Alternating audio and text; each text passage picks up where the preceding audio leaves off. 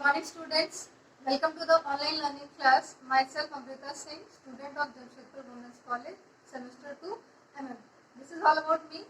So today we'll start with a new chapter, that is chapter 8, How do organisms reproduce? This is taken from chapter 10, NCERT, Science.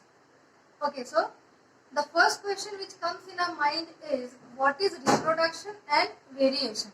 So what is reproduction? Reproduction is the process by which the living organisms give birth to their new individuals of the same species. यहाँ पे word आता है same species.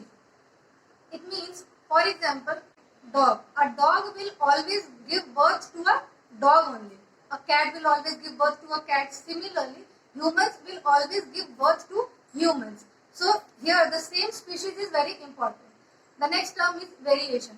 Variation is difference. The difference can be in physiological traits or any other traits in an individual of the same species. Again, the same species is important here. For example, I am different from my parents. You all are different from your parents. So everybody is different from their parents. The difference can be in your body structure, hair color, eye color, etc. The next is why this variation is important. Variation is important because it maintains the population size. It also helps in evolution of new species. It is also necessary for the survival of species and continuity of species. Now, what are the types of reproduction? There are two types of reproduction, sexual reproduction and asexual reproduction. Number one, asexual reproduction is the reproduction in which new individuals are produced from a single parent, that is uniparental. And sexual reproduction is in which there are involvement of two parents, that is male and female parent, and it is known as biparental. The next is there are some different modes of asexual reproduction. They are fission, budding, regeneration, fragmentation, spore formation, and vegetative propagation. So we will discuss it in detail. Number one is fission. Fission is an asexual reproduction by which a unicellular organism divides and forms two or more new individuals. Okay, fission is of two types, binary fission and multiple fission. Number one, binary fission. The word binary itself means two. In this method, an organism divides and forms two individuals. First the nucleus divides and then the cytoplasm divides and forms two new individuals. For example, amoeba and paramecium. The next is multiple fission. In this method, one organism divides into many daughter cells, and this occurs in the unfavorable conditions. Examples are plasmodium, and the next is budding. In this method, a bud-like projection is formed on the body of the organism.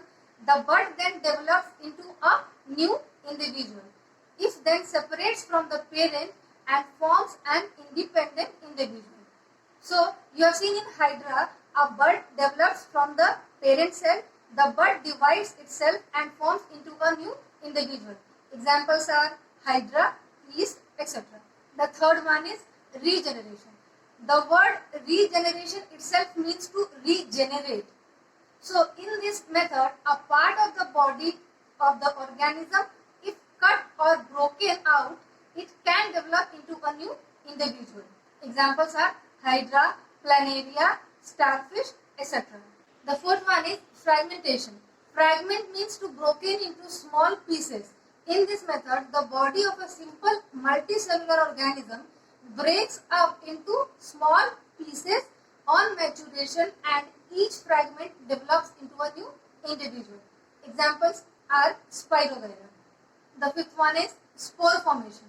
In this method, structures called sporangia produce tiny cells called the spores. When the spores come in contact with moist surface, it develops into new individuals. Examples are Rhizopus, Mucor, Penicillium, etc. The sixth point is vegetative propagation. In this method, new plants are produced from the vegetative part of the plant like root, stem or leaf. Examples are from roots, dahlia, sweet potato. From stem, potato, ginger, and from leaves are Bryophyllum, begonia. Plants produced by vegetative propagation produce flowers and fruits earlier than those produced from seeds. It also helps in the propagation of plants which do not produce seeds like rose, jasmine, banana, etc. Vegetative propagation can also be done artificially by cutting, layering and grafting. So these are all the types of asexual reproduction. Revise once again. Number 1, fission, budding, regeneration, fragmentation, spore formation and vegetative propagation. The next topic is sexual reproduction in flowering plants. Flower is the modified leaf which bears special organs and plays the role of reproductive system in a plant. A typical flower is composed of 4 distinct whorls. They are calyx, corolla, androecium and gynoecium. So this I explained with a 3D model of a flower. This I made to understand easy. Okay. On the screen there is a structure of a flower, but this will make you understand easy. So there are basically 4 whorls of flower: calyx, corolla, androecium and gynoecium. Calyx and corolla, these are the accessory parts which do not take part in reproduction directly. Androecium is the male part of the flower and gynoecium is the female reproductory part of the flower. These two directly take part in the reproductive system in the plant. Okay, now we'll see the structure in detail. So we'll discuss the part in detail. Number 1, calyx. The outermost whorl of the flower is called calyx. It is of green leaf-like structure. Corolla. The second whorl of the flower is called corolla. It is composed of colorful leaf-like structure called petals.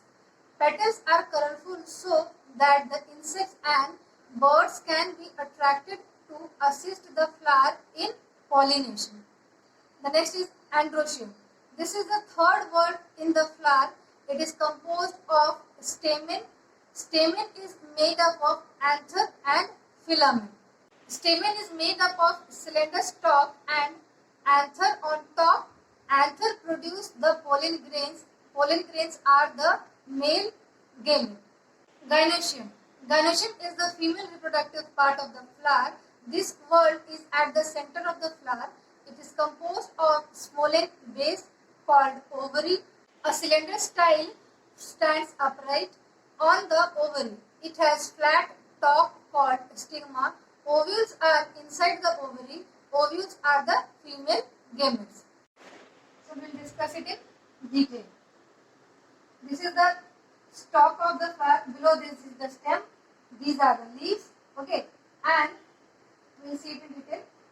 This one is stigma. The swollen part on the top of the flower is stigma. Below that, this is a 3D section, so this is not properly seen. But here is the swollen part called ovary. Okay, and the next is style.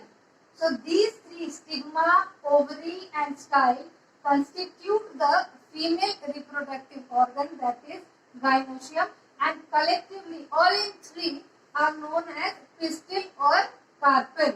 Okay. Stigma is the receptive spot where the pollen grains lodge and formation of pollen tube takes place. Ovary, basal swollen part where ovule lies. That means inside the ovule lies. Style. Style connects the stigma to the ovary. This is the long tubular section which connects the stigma to the ovary, and these are collectively known as pistil or carpel, which constitute the gynoecium, female reproductive part of the flower. Below that is anther, and the long cylindrical section is the filament. Diagrammatic structure is given on the video. You can resemble it from there. It is easy to understand. This is the 3D section. So anther is the bi-lobed structure. Bi means two. Two-lobed structure is the anther. Okay. Diathecus. It is also known as diathecus. Filament is the long cylinder stalk of the flower. These two collectively known as stamen, and it is the androecium, male part of the flower. The next is petal. Petals are the colorful part of the flower which attracts the insects for pollination. As you know, there are not one petal, there are number of petals, 4 or 5. So the whorl of petal, all collectively known as corolla. Okay, the colorful part all in a bunch are known as corolla, and they are bright and attractive to attract the insect for the process of pollination. After this, we will discuss pollination also. Below that, there is sepal. Sepal is the green leafy part of the plant, and it protects the bud. Okay, this is also not in single number, it is also in 2 or 4. Okay, so these all collectively known as calyx. Okay, the green part is known as the calyx, and below that is this is known as receptacle, or which holds the plant. You can see in the diagram, you can see the first figure where the insect is on the flower. This shows the pollination process. After that, the fertilization process is given, and the fertilization process continues. After that, the seed germination also occurs. So the next topic is pollination. So what is pollination? The transfer of pollen grains from the anther to the stigma of a flower is called pollination. It takes place by wind, water, or insects. These are all the vectors for the process of pollination. It helps in pollination. Now, pollination is also of two types. It can be self-pollination and cross-pollination. If the pollen grains are transferred from the anther to the stigma of the same flower, then it is called as self-pollination. And if it is transferred from the anther of one flower to the stigma of another flower, it is known as cross-pollination. So, these are self-pollination and cross-pollination. So, as you can see in the diagram, self-pollination flower 1 and cross-pollination in flower 2, the pollen grains get transferred from the anther to the stigma of the flower, and this process is known as pollination. You can see that a butterfly is sitting on the flower in the flower 1. So these are all the vectors for the pollination process. The next is fertilization. After the pollen grain is transferred to the stigma, it produces a pollen tube which passes through the style and enters the ovary and ovule. In the ovule, the male germ cell, that is the male gamete, fuses with the female germ cell, that is the female gamete, to form a zygote. This process is known as fertilization. After fertilization, the zygote divides several times and forms the embryo, which then develops into a seed, and the ovary develops into the fruit. Okay, so the diagram is very much clear in the picture. You can see, and you can clearly see that the pollen grains transferred from the stigma to the ovary with a thin pollen tube. Okay, with the help of this pollen tube, the pollen grains, the male germ cell, transfers to the ovary. Okay, this total process is known as fertilization. After that, there are some changes in the flower which occurs after the fertilization process. After fertilization, there are some changes which occurs in the flower. So, the calyx and corolla wither and fall off and do the stamen. The ovary turns into the fruit. The embryo turns into the seed.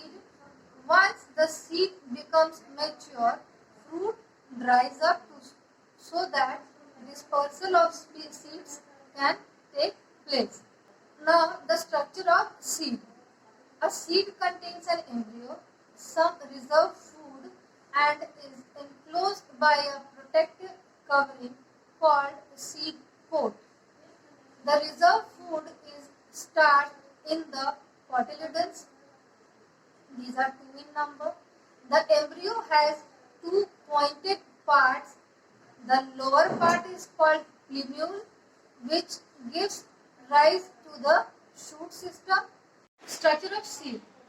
A seed contains an embryo, some reserve food, and is enclosed by a protective covering called seed coat. The reserve food is starch in the cotyledons. The embryo has two pointed parts. The upper part is called plumule, which gives rise to the shoot system. And the lower part is called the radicle, which gives rise to the root system. Cotyledons supply food when the embryo needs it during germination. Seed germination is the process by which the embryo in the seed gets start a new life. This process, the whole process of germination, can be seen in the diagram given on the picture. Okay, the first figure where the insect is on the flower, this shows the pollination process. After that, the fertilization process is given, and the fertilization process continues. After that, the seed germination also occurs. So this is all about the chapter. In the chapter, we all have seen about reproduction, its types, the modes of asexual reproduction, sexual reproduction in plants in detail.